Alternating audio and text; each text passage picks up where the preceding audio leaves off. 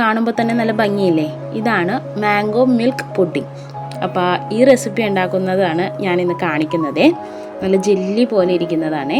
അപ്പോൾ അതിനായിട്ട് ഞാനൊരു പാത്രത്തിൽ കുറച്ച് വെള്ളം ഒഴിച്ചിട്ട് ഈ പാക്കറ്റിൽ നിന്ന് ജെലാറ്റിൻ ഒരു 3 സ്പൂണോളം ജെലാറ്റിൻ, 3 അല്ല 4 സ്പൂണോളം ജെലാറ്റിൻ ഞാൻ ഇതിനകത്തോട്ട് ചേർത്ത് കൊടുക്കുന്നുണ്ട്.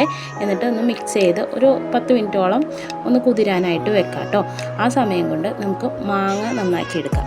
നല്ല പഴുത്ത മാങ്ങയില്ലേ, പഴമാങ്ങയില്ലേ, പഴുത്ത മാങ്ങ നന്നാക്കി എടുക്കുന്നുണ്ട്. എനിക്കെന്താണെന്നറിയില്ല, മാങ്ങ ഇങ്ങനെയാണ് വന്നത്.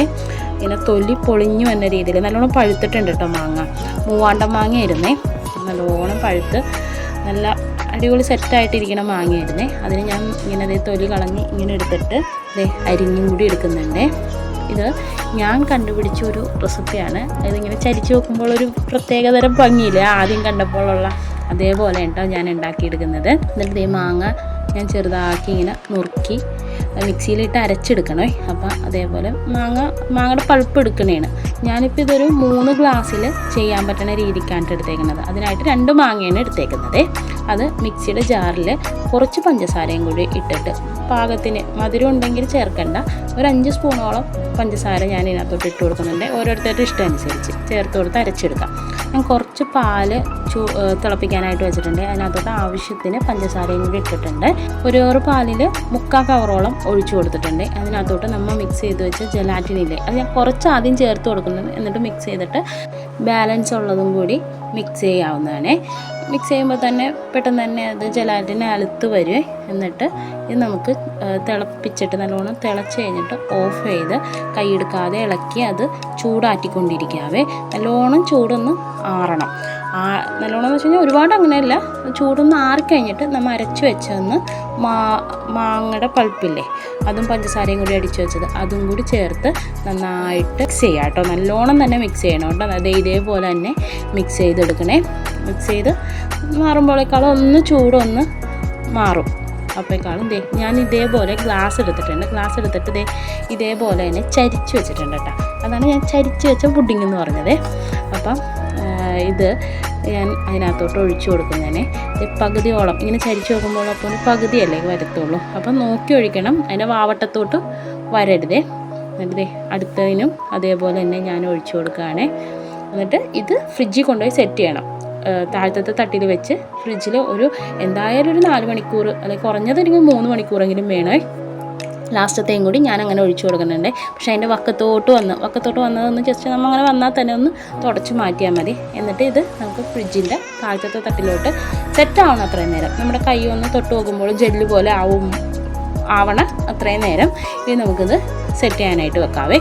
അപ്പോഴേക്കാളും സെറ്റായി വരുമ്പോഴേക്കാളും ഒരു ബൗളിൽ 3 സ്പൂണോളം ജെലാറ്റിൻ എടുത്തിട്ടുണ്ട്. അതേപോലെ തന്നെ കുറച്ച് വെള്ളവും കൂടി ഒഴിച്ച് ഒന്ന് മിക്സ് ചെയ്തിട്ട് ഒന്ന് മാറ്റി വെക്കുന്നുണ്ട്.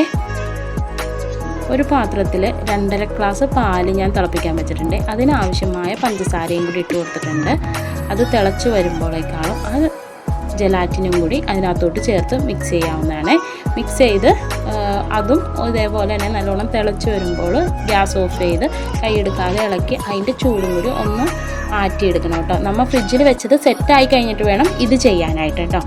അപ്പോൾ ഫ്രിഡ്ജിൽ തന്നെ അതിരിക്കട്ടെ. ഇതായി വരുമ്പോഴേക്കാളും നമുക്കത് ഫ്രിഡ്ജിൽ നിന്ന് ഇറക്കി മാറ്റാവേ. എന്നിട്ട് അതിനകത്തോട്ട് ഞാനൊരു 1 സ്പൂണോളം വാനില എസൻസ് ഒഴിച്ചു കൊടുക്കുന്നുണ്ട്. ഇതേപോലെ സെറ്റായി വന്നിട്ടുണ്ട് കണ്ടോ. നമ്മളിങ്ങനെ കൈകൊണ്ട് തൊട്ട് നോക്കുമ്പോൾ സെറ്റാവണം ആ പരുവം. അത് കഴിഞ്ഞിട്ട് വേണം ഈ പാലിൻ്റെ മിക്സ് ഉണ്ടാക്കാനായിട്ടോ. എന്നിട്ട് അത് ഇതേപോലെ തന്നെ വെച്ചിട്ട് ഈ പാലിൻ്റെ മിക്സ് ഇതിൻ്റെ മുകളിലോട്ട് ഒഴിച്ചു കൊടുക്കുന്നുണ്ട്.